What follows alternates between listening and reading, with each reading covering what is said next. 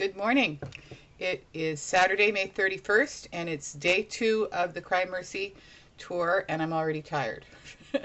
Actually, yesterday was a really long day because I had a couple of errands to run on the other end of Connecticut, which is not that big a state, but it still takes a while to drive across it.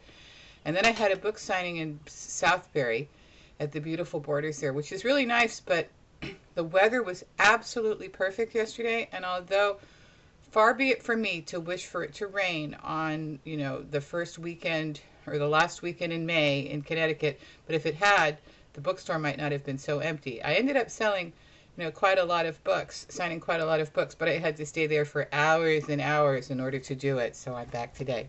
Anyway, today I'm appearing here on Moonlight, Lace, and Mayhem, and the host has sent me. I asked her to send me some questions, and she took me at my word. First, she said, when and how did you know you wanted to write? Well, if you've been to my regular webpage and you've seen the little story where I say my life changed one day when I was sitting on the toilet, it's really true. I wasn't a lifetime writer. I dabbled with the idea. I wrote some essays. I tried to write short stories. I think I started writing a novel once. I know I started writing a novel once and got about halfway through the first chapter. Just never really coalesced. It was not something I was taking seriously. And then one day when I was in my middle 40s, and I had this really good job with a big corporation and, carried a briefcase and had a BlackBerry and had a Bluetooth and went to meetings all day and wore suits. I said, what am I doing? I'm the daughter of an artist. I was going to grow up and be an actress. I was always going to do something creative and something fabulous. Why am I carrying a briefcase to work every day? Who's this person? I mean, it's not that this is a bad thing, but it is not me. And I think we all talk about, the things we're going to do when we grow up. Well, at 44, when I made this decision, I was a grown-up now. So yeah, I decided it just kind of out of the blue one day. That story on the website is completely true. Where did you receive your most valuable lessons in becoming a writer from other writers? As a business analyst, when you are going in to build your nuclear submarine and you know nothing about building nuclear submarines, the first thing you do is you find a subject matter expert. And how I found a subject matter expert was I went to the bookstore because I'm a book person, and I bought this book right here. Writing a Romance Novel for Dummies, because I had an idea. I was pretty sure it was a romance. I didn't really know the definition of romance. I didn't know romance had a definition, but I bought this book, and in this book, which is by Leslie Wanger, who is, interestingly enough and completely coincidental, the editor of Cry Mercy, she recommended joining Romance Writers of America. And not just if you're a romance writer, but really any fiction writer, because they've got the infrastructure. They can tell you how to meet an agent. They can tell you how to meet an editor.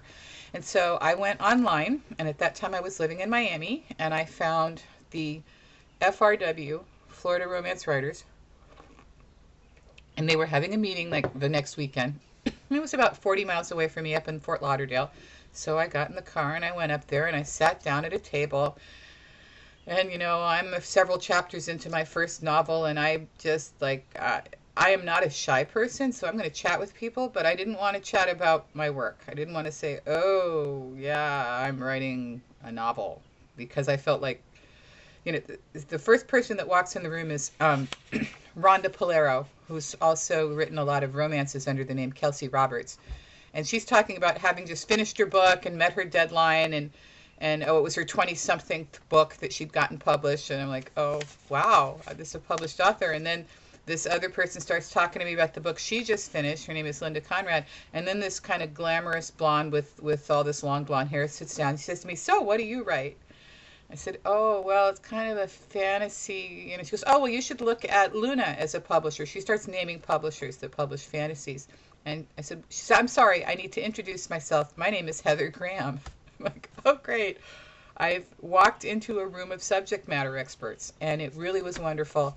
I learned so much from them. So join your local professional writers organization. I did have one of my Twitter followers, Elmer, from Costa Mesa, California, asked if I would do a virtual tarot reading for him. So I'm going to do that right now. I'm going to shuffle the deck, and I'm going to think of Elmer. Normally what I would do, because I do these at my book signings, is I would ask the person that I am doing this for to cut the cards for me one time. And that's kind of how I get their influence in there. So I've never tried this remotely before, so I hope it still works. With just thinking of Elmer, we are going to imagine Elmer cutting the cards. Okay, Elmer, this is for you. Cutting the cards. Okay. And I'm just going to do, rather than a full Celtic cross, because you guys don't want to sit through that, it takes too long. I'm just going to do a 3-card reading, which is a kind of a snapshot in time. Okay, so let's see what's going on with Elmer. Okay, Elmer's first card is the Ace of Cups. Okay, now Cups is the suit of the things that you need to take care of your emotional and spiritual needs. They're about love. They're about family. They're about spirituality. They can be, if you believe in supernatural and psychic things, they're about psychic stuff. If you are particularly intuitive, the ace of each suit is kind of the locus of all the major traits of that suit. So the Ace of Cups would indicate that, Elmer, right now, you are in a particularly intuitive state. This is a time to focus on love. This is a time to focus on family. This is a time to trust your instincts. Okay, you're very powerful in that right now. And this, moving on, we have another card about cups. See right here? Let's see if we can get a good picture of that right there. Okay, the 10 of Cups is about, again, about family. See the little family pictured in the front? That's not a mistake. And all those, when the cups are upright, that means they're full. So right now, this particular card means that now it's important to be with your family. And this could be your actual family, or this could be your family of choice. But you have this abundance of love with your family, and you should appreciate that right now and savor that, and just be with them. Just find the people you love and spend some time with them. Stop and spend some time with them. Now moving forward, we have the 7 of Pentacles. See here? Now Pentacles is the suit about things that take care of your material needs. Sometimes in some decks they're even referred to, rather than pentacles, as coins or discs, and they actually represent money. But it's really anything that that takes care of your material needs, like your skills, your work, your job, your education, those very practical things. And if you look at this card, see, we've got this tree. We've got full of bounty and ready for harvest. But notice there's a ladder leading up to a tree, and she's holding a basket. This is an indication that this isn't saying you're going to win the lottery. Now this is in the 3rd position. This is something coming up. This is an opportunity for abundance, but you're going to have to do something to get it. It's not going to fall out of the tree and land in her basket. She's got to climb up that ladder and pick the pentacles. So this is saying you have an opportunity for wealth, and it could literally be money, or it just could be assets of some kind that are going to help you with your material needs, but you're going to have to take some action to get them. So that's my virtual tarot reading for Elmer today.